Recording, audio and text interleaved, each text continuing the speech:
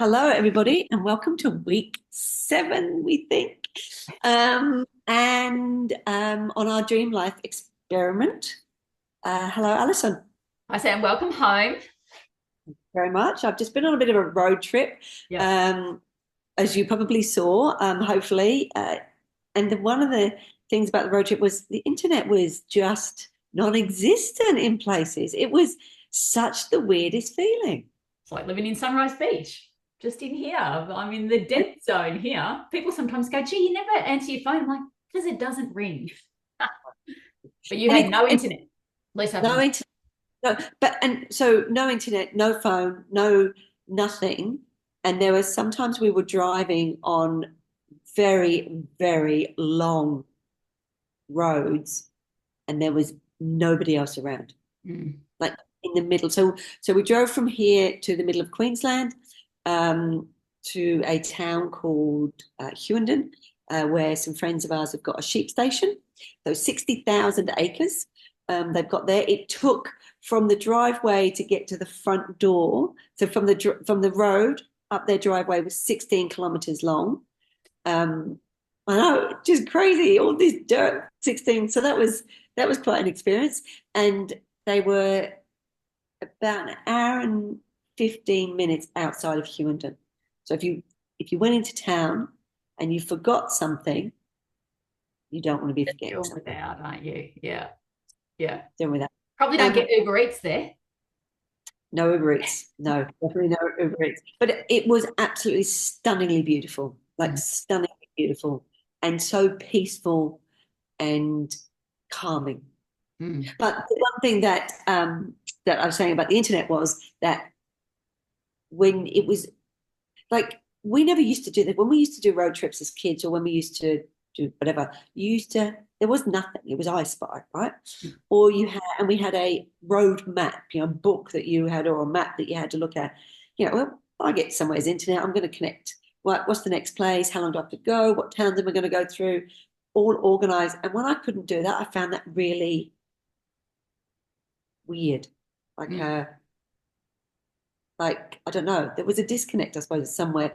On some level, a disconnect, but on some level, a really nice feeling of not being able to be connected. Mm.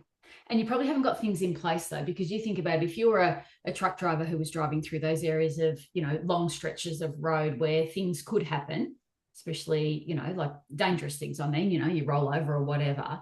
They've got a CB radio or people have got shortwave. Like there would be other different things that would exist, but we're reliant on that little computer that we carry in our pockets that all of a sudden it's just like, oh, hang on, there's a certain level of vulnerability here. Like when I locaned, and I'm going to say, I feel like I locum from like 98 to 2000 and we had phones, but it was like a little Nokia or something like that or a Motorola. So you definitely didn't have maps or any of that stuff in it. So I still had the old school maps.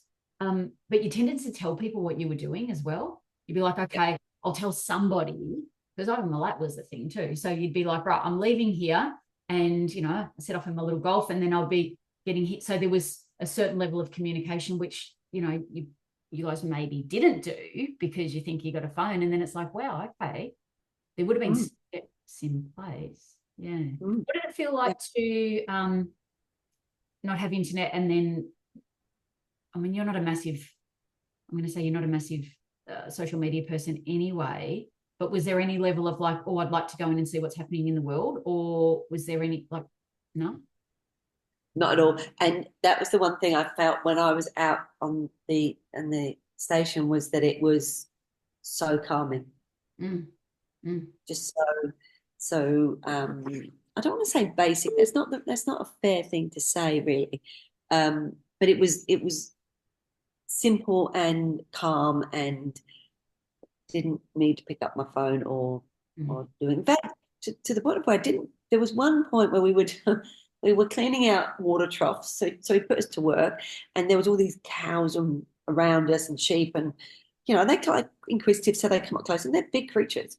Um, and I was like, oh, I should. Oh, and a calf had literally been born about a few hours earlier.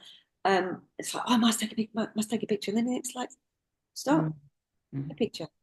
Just enjoy the experience in the experience. Don't try and get a picture of the experience that you're meant to be experiencing. And so I took actually very few pictures. I just was in the moment, present in the moment. Up here. Yeah. And remember, so that we've talked about that one time before. Remember when my son Liam, he would have been about maybe 15 at the time when we went to Fiji, and he went swimming with sharks, with reef sharks, with my brother.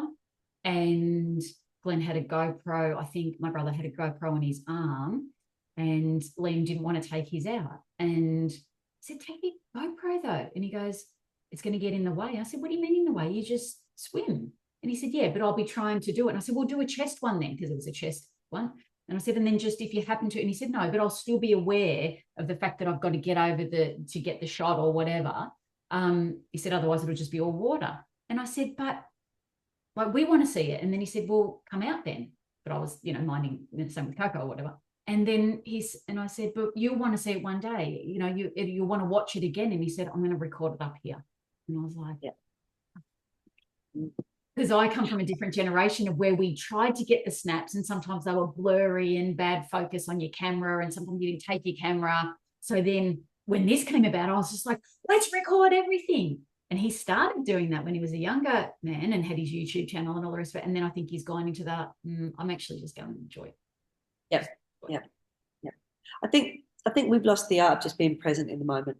Yeah. And I think that was something that I really enjoyed whilst we were away. And so on that note, something that I will choose to do quite a bit more of, just being present in that time and enjoying, rather than getting a picture of what. You just enjoy doing it. Just do it. And I'm going to say, for me, I was much better at that way back. And then we started doing Chicks Who Click, and it was about 2016, 17, somewhere around there. And we were doing stuff in Noosa. That was the whole premise of the initial one. Remember, we were going to have people come to Noosa. So then I started taking pictures and photos and videos of how amazing Noosa is. So all you guys come here for our seminar.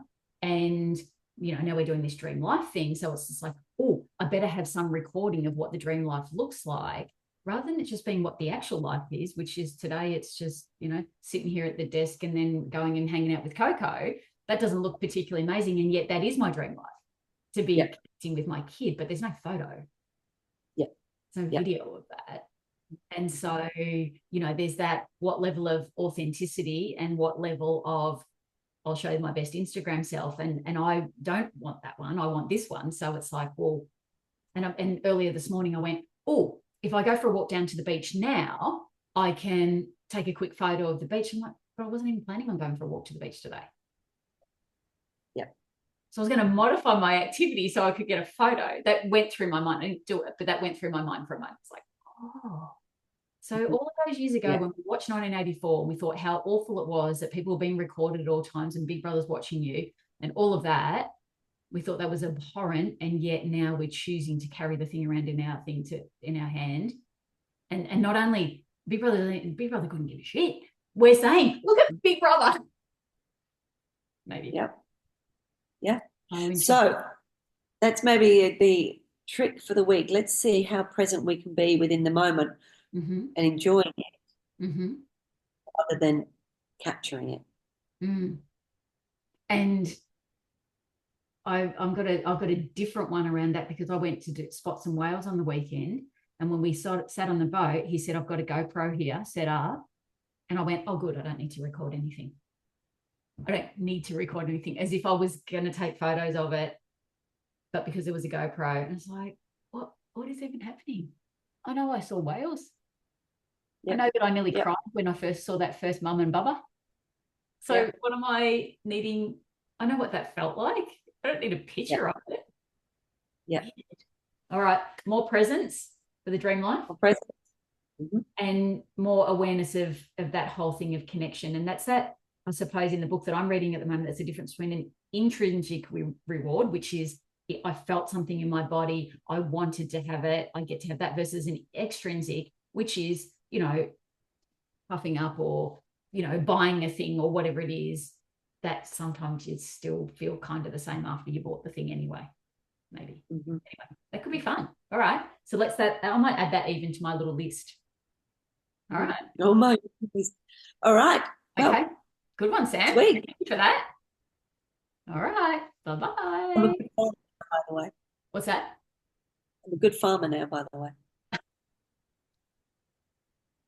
I'm sorry to mock you. I'm sure you're amazing.